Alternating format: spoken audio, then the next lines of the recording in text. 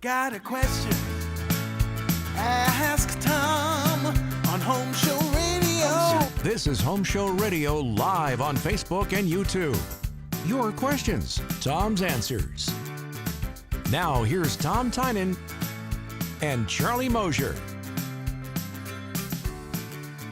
And we start with Facebook Live, YouTube Live, everybody's live. We're alive. Are you alive out there? I hope so. We are surviving everything just fine here at Mosier Media and HomeShow Radio, and hopefully we can help you too. If you've got any issues, you certainly can ask us today while we're here for you. Charlie Mosier is here with us. He is running the board, running all the buttons, and he has no water at Mosier Media. I can go or his house. And we also have Frankie is still standing by. Frankie's back. If we want to go back to him. No Frankie this week. We got enough out of him last week. Well, Frankie was right, and we are having a hard time here. But we'll get through it. We always do. I like to say that the bigger the storm, the better the story you take from it. And have we got some big ones to take from this one? Oh, yeah, and I've got to travel all through the state tomorrow back to Houston. I sequestered myself down, which I survived down here, but I just got a email from Comcast Business that they're working to secure my service. So Charlie, I might be in Mosier Media doing the show this weekend. So we will yes, see. Exactly. Hey, we got a plan for everything around here. Don't forget Saturday at 9 to 11 and Sunday, 9 to 12 and Sunday 8 to 11 for HomeShow Radio, where we're going to do the post-mortem. Before we did the pre-mortem, now we're going to do the post-mortem show about all the stuff that we tried to avoid. But you know what? I might have surprises to share with you also at my house when I get there tomorrow afternoon. You may indeed. And remember, if it's post-mortem you're looking for, the place to be is at Sports Radio 610 at 7 a.m. Because you can bet. That's right. There's going to be a lot of post-mortem on this show, and the Garden Pros take on Joey from Enchanted. Will be on this weekend along with Danny for the whole 2 hours to, as they say in Monty Python, bring out your dead. It's going to be. Yeah. I don't know about you. Sandy is just beside herself with how much she's going to get to spend at the garden centers now that she's got to replace all the landscaping in the. And you know what? Because I'm the home guy, I don't care if a pipe bursts, a wall comes down. To me, that's like every day at the job, right? Right. So it doesn't bother me if I find that, like it would bother most people. But my plants and my fruit trees, it has been devastating me in my mind. And what I find out the next week is things don't come back or do come back, I am going to be listening to Danny. I'm going to just be crying on his shoulder. I know it. Well, and we have a lot of people with a lot of questions, and I'm going to tee you guys up first for watching today. Just so you know, a lot of the questions we use on the program that we have already selected have come from the Ask Tom section of Home Show Radio, and almost none of them have anything to do with what we've just been through. So we want to remind you that the way to get the answers you're looking for while we're doing this show today is to go ahead and put your questions in the comments section down on the bottom on Facebook or YouTube. Either way, they'll pop up on our magical little screen here, and we'll put them up, and Tom can address them for you. Whether it's, why did you get a pipe burst? What do you do? And what other things can we do to recover other than call the plumber and wait in line? And I want everybody to know that we talked about it all last weekend. Drain your pipes. Take care of your water softeners, your swimming pools. We did all that. And people have still had some comments saying, Tom, I thought I did everything. And there was one little thing here or one little thing there. It's going to happen. You can't always get 100%. But if you hadn't done a lot of it, it could have been a lot worse. So just feel good that you did what you could and then you wrote it out. A lot of people did not expect the power loss we got. I think in my case, I had a generator. We had the gas. We didn't, from that perspective, on my case, it's okay. But a lot of people I know had generators, but the gas pressure went down. A lot of people didn't have generators. They dripped their pipes and they had icicles coming out of the house. So you do what you can do, but don't avoid everything. Something might happen. That's why we have insurance. And I already have my link in case I have a claim tomorrow to USAA. It just is part of owning a home. Here's what I know about your USAA insurance if you do file a claim. My claim number is lower than yours. Because we put ours in yesterday. Oh, did you put it in yesterday? Yeah, okay. I was going to say, okay, yeah, I'm not there yet. I'll find out tomorrow. Confession is good for the soul, they say. And that's why you have insurance. And I pretty much followed all of Tom's instructions, pretty much. Except for one little hose bib that I missed. And we turned the water on, and the water, Tom, we were lucky in so many ways with the way this happened, but we turned on the water, and we're happy. We got it all set, and Sandy goes into the master bedroom, and she's screeching like there was a wild animal in there. I come inside, and coming up the wall, a pipe has literally punched a hole. The water has punched a hole in the wall and is squirting all the way across the bedroom. Yeah. Wow. And so it's somebody forgot there's a hose bib on that corner of the house. So how many do you have, Charlie? we Hose have bibs. 1, 2, 3, 4, 5, 6. I know there's 6 now. Well, see, I forgot to tell you that when you had 5 and we have a freeze, one grows. And Well, so this you one had did. one grow you did not know about. We sprouted one. We sprouted one we didn't know about. Yes. Yeah. So It but happens. Anyway. You know Yeah. what? But now you know you have 6, so next Right. time you'll be better And off. it's- and the But think of insurance- this. What if you hadn't drained them all? And what if you would have had 6 holes blasting all over the house? The insurance claim would have been much higher, and your inconvenience would have been a lot worse. Exactly right. So if So you it have happens. questions, you have a challenge, you're wondering, how do you know it for sure? Like, I got a call from Zach who, does, if you visited our website before, Zach is the guy who's the brains behind all that. And he called me up and he said, Charlie, should is it possible that my cabinets are just sweating? No, Zach, I think you've got a pipe burst. Oh, And he went up yeah. in the attic, and sure enough, he had one look just like mine. And so he's got it off. And With a hole in Abacus, it? yeah, Abacus was at my house yesterday. They're going to be at his on Monday. They're going to be at Letha's on Saturday. So plumbers are going to be busy the next couple of weeks. So be patient. How long with did them. it take them to fix your pipe? Do you remember? Was it an hour, 2 hours, 3 hours, About 30 minutes. 30 minutes? Yeah. Was it that Well, quick? Well, The because pipe's usually number pretty one, easy to fix. That's what I'm getting across as. Well, number one, it was easy to find. It kind of said, I'm right Yeah, here. I'm right here. And the other part is it was right there on the wall. But I mean, I'm seeing people with water coming out of lamps and coming out of It does can tend to lights and come all that. electrical stuff. It Yeah, happens. So anyway. You know how just people will terrible. call me and they'll say you hear this tick, tick, tick, and you know you have a pipe that's leaking in your wall? That's not how a pipe leaks in a wall. How a pipe leaks in a wall under pressure is like Charlie's does. It comes out at you, so you'll know if you have a leak. It doesn't just tick, tick, tick. But it's a question I get quite often. And there's really, Tom, and let me just ask you, because this is a question I'm sure everybody's going to have here, is Sure. if you turn the water on, you get one, there's really no way to patch that or anything. I mean, you've got to turn the water off and wait for the plumber. Is that right? Or is there any kind of temporary fix you can put on one of those? for the most part, you're going to have to call a plumber. There are what they call a rubber boot, a Fernco fitting. But right now, or if it's plastic, you could cut it and glue a sleeve in it, which a homeowner can do easily. The problem is, and even Danny Milligan is on Facebook going, does anybody have half-inch caps for plastic and a little glue? I can't find any at the store. You can't find any of these things at your home improvement stores or plumbing supplies. All the plumbing companies are sucking them up for good reason. But there is a little rubber boot with some hose clamps, and you can even take a hose, a garden hose, cut it, wrap it around, and put some hose clamps on there if you have them around your house. Most people don't have exactly what they need, but there are ways to patch it. Gorilla Glue is not the answer for those of you who are into Gorilla Glue for other Plumber's things putty too. ain't going to do it. Yeah, no. But right now, finding the parts and pieces, I think, is the biggest challenge for a lot of people. I'll tell you what something else the plumber told me when he came and fixed ours. He said that where it happened, he says, this is where they always happen. Where do you suppose it happened along the pipe? Let's see if you can I would guess. say a joint.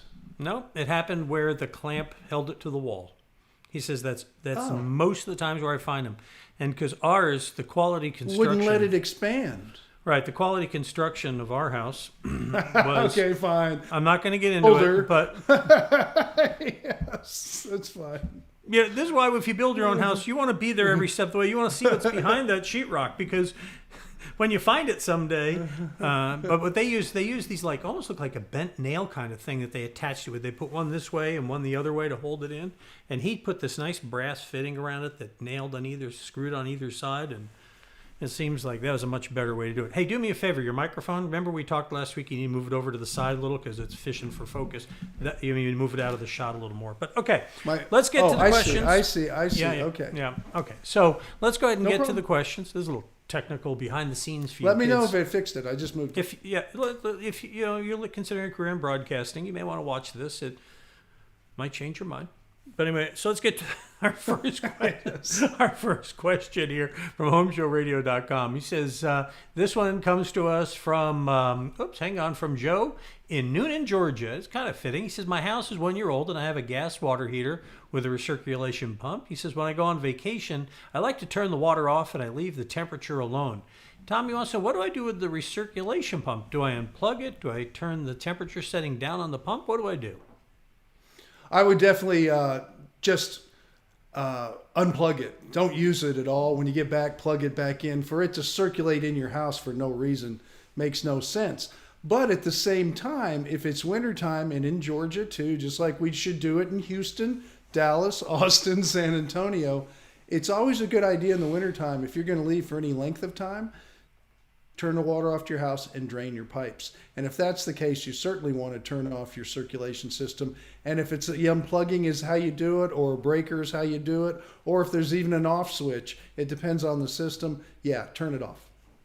I will tell you one of the other things we're getting a lot of, there's a lot of news about right now, Tom, besides the fact that here in the Houston area, water pressure is supposed to be low and the boiling orders are in effect.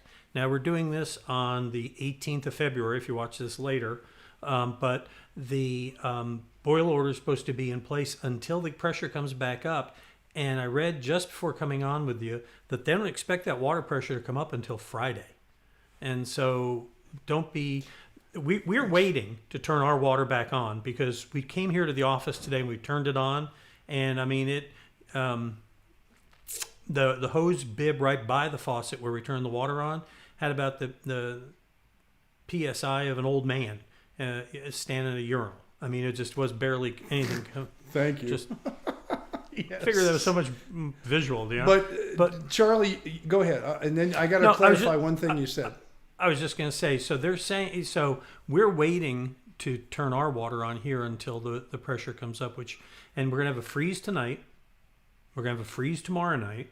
And so we're probably waiting until Saturday to throw the switch and bring ours back online. You were going to say? Yeah, you said the boiling order. You'll get your pressure back before the non-boil or the non-boiler, I guess you might call it, will come into effect. The reason is once they get pressure up, everything's back going. They take samples and they have to send it to Austin. And to get rid of the boiling order, they have a 2 to 3 day wait period for testing. And then the test has to come back clean. Then they'll say, even though you have pressure, you're taking showers, you're still drinking bottled water, you'll still have to boil it until that non-boil order is dry, they stand down from it. So one is not quite associated with the other, but the pressure coming up has got to come first.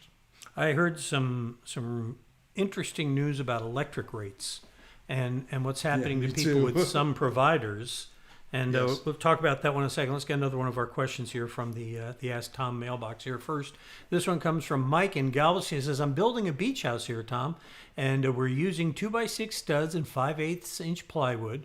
We're going to add house wrap, then hardy. Should I tape the seams of the plywood to try to keep air out? I'm also using ridge vents and soffit vents and fiberglass insulation. Any other ideas you could offer, Tom, would be great. It's a simple answer. The answer is no. Don't tape the joints of the plywood. That would be a total waste of time, and I'm not sure how long the tape would hold to the plywood, so just forget that. The whole idea that you're using a house wrap eliminates the need for all that tape.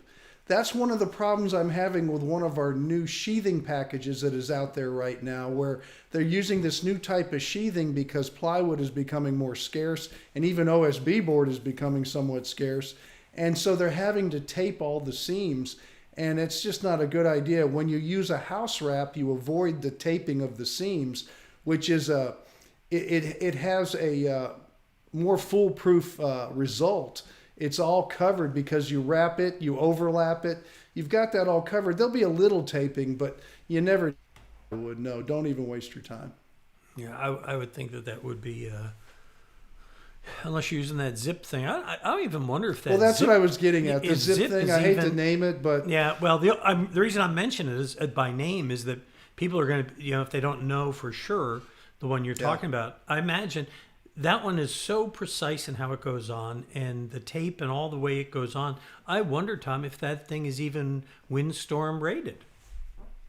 I don't think it's going to be windstorm rated. No, you'll see it used in areas where they have wind ratings, but not in Galveston County or on the island. I would say with all confidence, and I haven't looked at it, and if I'm wrong, I'm sorry, but there's no way it can do that down there in the Galveston area. And when you have a coastal county, which is against the Gulf, they're under a whole different set of requirements than, say, in city of Houston, when they're just trying to do 110 mile an hour wind ratings. That's a little bit different for structure. Well, and even if it is, not everything that's passes may be something you want to use, and especially and you know what? if they're They're seeing building to it the in specs counties. you talk about. Yeah, but you're seeing all that done in county. County doesn't have any kind of requirements like that, and that's where all the building's going on. There's some going on inside Houston. Don't get me wrong, but they run a different standard than, say, counties, and people are used to the production homes going up all out in the counties. And this pretty much you can do whatever you want to do. The only trades that have rules to follow are electricians, refrigeration people, HVAC, and of course electricians. And then if you get into irrigation, they're supposed to follow state laws too, because that's regulated by the state. But as far as structure and permitting and all that in the counties, there's no inspections and things when it comes to that. And pest control. That's probably true. Yeah, poison everywhere. You kill everybody. Just saying. I don't want, if Good. Raleigh's watching, if Raleigh Jenkins watching, I don't want him feeling left out here. But anyway. Yeah, sure. He's good. Yeah. So it's interesting you bring up electricians, because I'm not sure how much of the news you've been watching. I know you're over there in your hollowed out volcano down there in Brownsville, but they got a lot of news. We're watching the news. Yes. I came across a story this morning that at first I said that surely that can't be true. But then I found out, yeah, it is. That apparently, Tom, what I've heard here is that there are these electric retailers, and I got this from a reporter at Channel 2, that they buy so much electric, and demand has gone up to where they don't have enough left. And they're having to go out and buy it on the spot market right now, which is, they're outrageous pricing right now on the spot market, and they can't afford it. And they're offering people a $100 bonus to leave them and go get another carrier. And if you don't do that and they go out of business, you're going to be put on with a provider of last resort at a rate that is going to make your fillings fall out. So okay, I know this story. The story Okay. was written, I don't think, as well as it should have, and it okay, had I numbers was that hoping weren't quite right. because when I read this, it was scary, and I figured When if they were anybody could talking straighten about this out, it would be if- you. If it's the story that I read, and I think it is, where there was comments in there about $450 a day for electrical rates in a home, that's not true. If you've locked in a rate, yes, you're locked into that rate. If you're on a variable rate, it's going to go up and down. So don't think you're going to get that super low rate you're getting, because they're going to have to adjust it. If one of these commodity brokers had bought a bunch and then committed too much and there's no bailout or anything for them, then they might ask you to leave so they don't go out of business, or just take your money until they do go out of business, and then you're going to have to shop again. It's not going to happen overnight. The shopping is something that we've been doing. Electricity rates go up after this. For the short term, I say yes. So what I would tell you to do, if you have to go out and shop again, and there are people that want your money, shop for the lowest rate. Don't lock in for a long period. Let everything settle down. You're going to get through the summer with higher rates. But some of those numbers they were throwing out there, and the scare on the top of that really bothered me a lot. I'm glad you clarified that. The one thing that I did verify that is true is that when I put in my zip code at Power to Choose, there would usually be pages and pages of options. Oh, yeah. This morning there were 23. Yeah, but can you blame? But there's still 23, right? Because there's companies that can handle this, and they want the business right now. They'll give you short contracts, but at the same time, can you blame a company that doesn't know? They're not going to do anything right now, so they're not going to jump the gun. That's why I tell everybody, be patient right now. If any of this falls out, it will fall out 60, 90 days from now. If you want to reshop, if you want to stay on top of it, it's a good idea right now to go to powertochoose.org and just get used to what you're seeing. Go ahead and look at it every 3 or 4 days till we get through this. Wait for your next electric bill. See if you get any of these letters they're saying you're going to get. See if you get a $450 a day electric bill. That is not going to happen, and I don't want people to get scared. And that really irritated me when they were talking about $9 a kilowatt for charging a homeowner. 9 cents, 19 cents, maybe. $9, it's not going to happen. Nobody would buy it. The whole place would just crumble, and it's just not going to happen that way. But did we all learn a lesson in Texas? Do we know how important natural gas is now for this state? Even if it's on a backup, do we know how nuclear is still now very important, and it's so much cleaner as at least a backup when the wind turbines, I'm down here in wind turbine land in Brownsville, they're all frozen, they're not turning. And yes, the solar fields down here, they're all full of schmutz, they're not doing anything. They're only 2% of our power source right now, the solar. That's just an experiment. That doesn't affect us. No, but we need to keep these plants working. Yes. Check your numbers. Check your numbers on that, Tom, because it's much higher than that. In fact, the Wall Street Journal. Not for solar. I'm talking for about wind. It's 23. Right. Go ahead. For wind, it's 23, and actually, that's capacity, right? An actual that's use. True. Capacity. Yes. An actual use, because that's a slippery number. If you look at the actual production. Before this happened, there was days when wind was providing 41% of the power in Texas. So no. Yeah, but if you can, but we still need the backup. Yeah, because those numbers will fluctuate, and we need to be able to go 80 with natural gas or nuclear, not all at the same time. I mean, it'd be a little bit of everything. But it has to adjust itself, and they didn't allow any adjustment. They just assumed it was going to be fine, and they have wind in other places that are cold and frozen, but it takes a different type of generator to do it. Anyway, it's a good lesson for Texas, and I think we're going to come out shining on top of this when it's all done. And so it's unfortunate, but it is a good lesson. And cold. It was cold, wasn't it? No, I was cold. up at 6 No, this morning. I said cold. I'm cold. sorry, cold. Yes. I'm saying cold. Because the places that still have cold power, I'm just saying, it's like it's natural gas. I come from a coal mining family. Cold from won't Scranton, freeze. Pennsylvania, Just saying. Carbondale. You bet. My grandfather was a mule Scranton? skinner, and he ended up You're owning. a Scranton scrapper like Joe? My mother, yeah, my grandfather owned Northwestern Coal Company during World War II. He came over here as an immigrant with no education, started out as a mule skinner. I go in the coal mines way back, so my whole family does. I'm very familiar with coal. He owned a breaker. Do you know the Mule Skinner Blues, Tom? No, songs I don't know, but I know Okay. it's a job I wouldn't want to have, and he was No one kidding. son of a to do that kind of job. Mules Got don't another- like going into caves. Let's see if we get another ahead. question here. We got a few minutes left. Let's get another one question here from Yes. our Ask Tom section, homeshowradio.com. This one comes from Pam. She's in the Woodlands. She wants to know what the best type and size of gutters are. Her house is in heavily wooded area. She says, I've stainless steel fine screening. Tried that with clips through the gutters. That was recommended. Another company says go with the metal tops with holes in it. What's your advice on buying a gutter, Tom? Well, I think you need to go with someone who knows what size gutter you need. Now, think about this. It's like going to a doctor and saying, okay, doc, I want so-and-so valve in my heart, not the one you usually use. No, you want the doctor to tell you exactly what you need.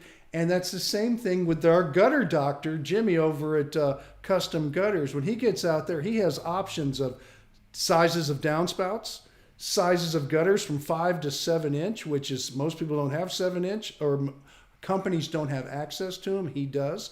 He is going to know exactly through his experience of 40 plus years of what needs to be done. So I am not going to sit there and say you need a 6-inch gutter with this downspout.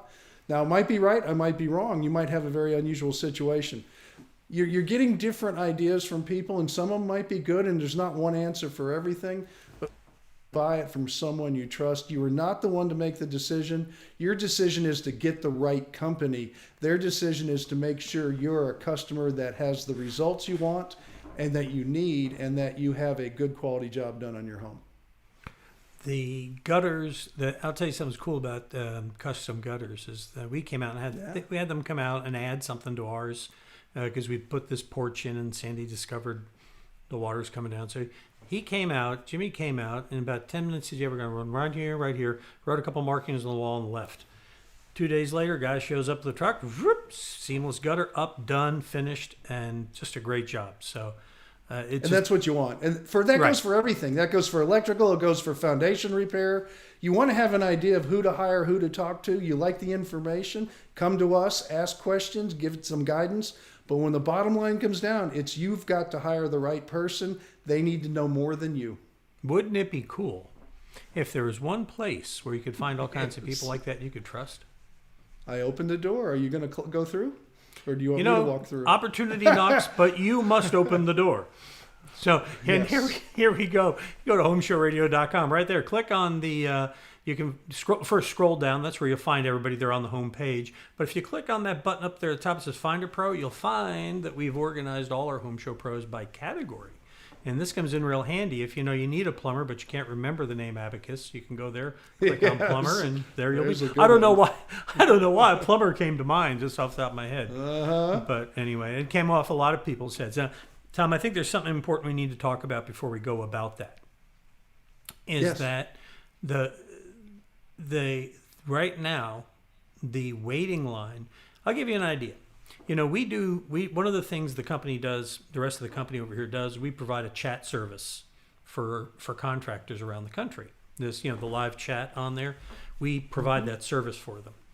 And this weekend, Abacus will get, 100, 200 chats on a weekend. This weekend, they received over 1,500. And so that means that you're going to be waiting in line wherever you go. And just be prepared for that. You can't expect that any kind of yelling or screaming or anything else is going to get you any faster service. And the people who you want to have come to your house are the ones who are worth waiting for. Would you agree with that? Oh, absolutely. If I get home, like I said, I'm driving back to Houston tomorrow. The big thing is to check my house. And there's a good chance I'm going to call them, get online. We're going to have to adjust the people that live in my house, Sandra and I. And we're going to have to decide how we're going to handle this. And do we go somewhere else? Do we come back to Brownsville? I mean, I'll have to for work, but It's just you have to wait for the good people. And Charlie, I'm in the training programs down here in Brownsville for Texas Southmost College for training plumbers, electricians, and stuff. This is something that's going to go on for a long time in our country. So that's why when you have somebody good, just hold on to them and use them and trust them, because we're going to get a lot of influx of people who don't know what they're doing, call themselves plumbers, don't follow the rules, regulations. You got to have somewhere to go. And when you find someone good, there's a loyalty you have for that person, and they'll have that loyalty to you too, because you are a good customer. They want to take care of you. It's never the price you want to pay. It's the price that's the going rate, and it's not going to be cheap. But if the work is good and you can go on with your life and do what you need to do, it's going to be better. So just to wrap up here before we head out for the day, Tom, I want to cover a couple things. Number one, remember to boil in Houston. Remember to boil the water till they tell you not to. Right? Makes sense. If you drink it.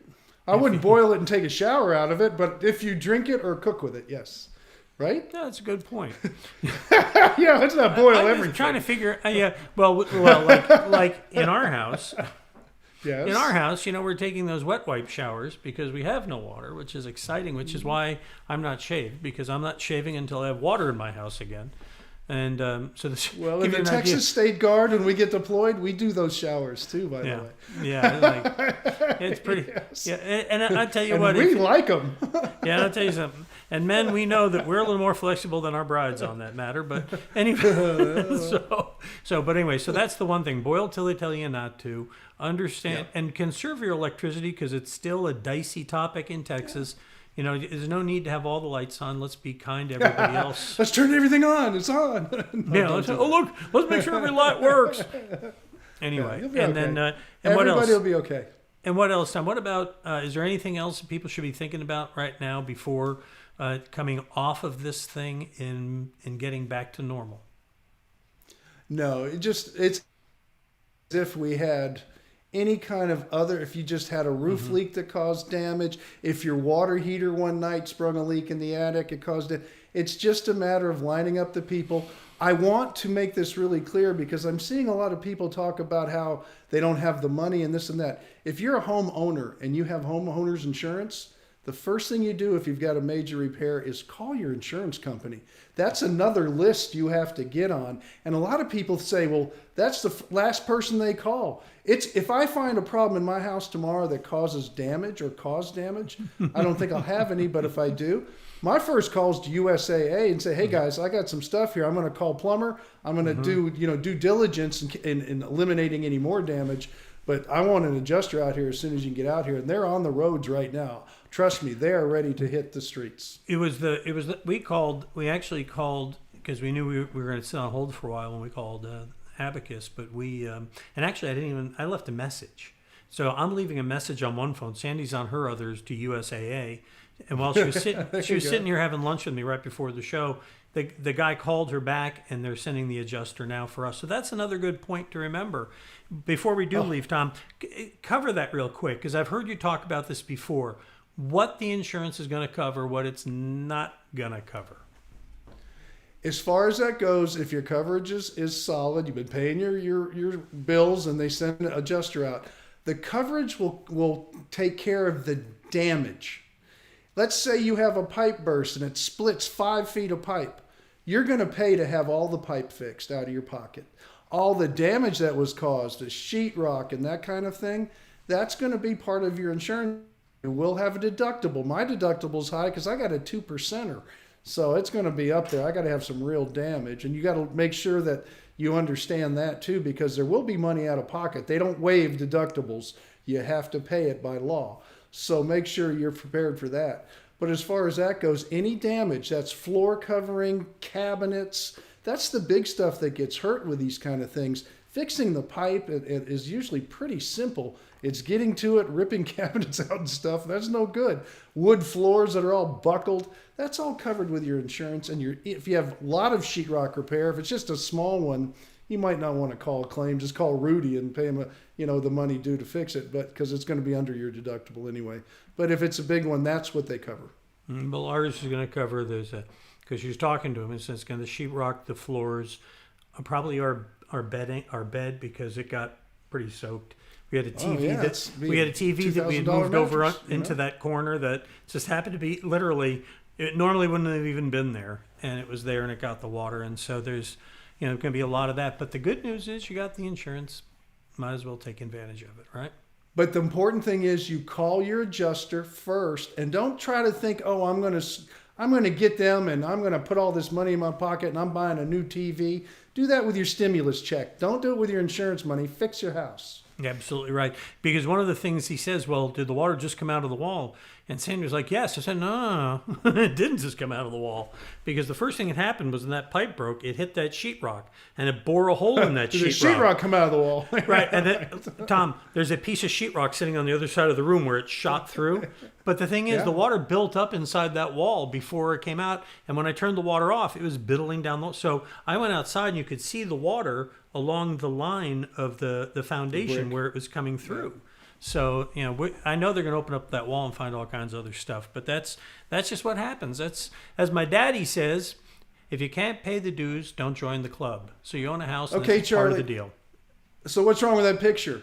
Now you have no pressure. When you turned it on, you had lots of pressure. Think about that.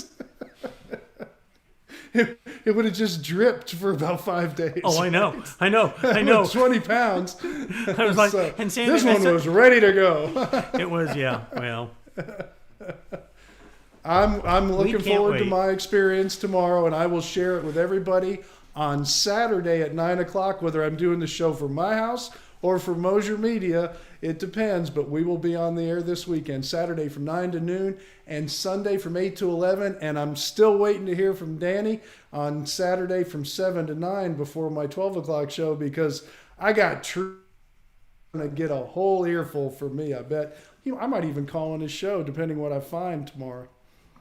and if you want to get your questions on this program, all you got to do is go click on that blue button, the Ask Tom button at HomeShowRadio.com. You can fill out that form and send us your question, or you can send us a video. Send us pictures. We'll answer them.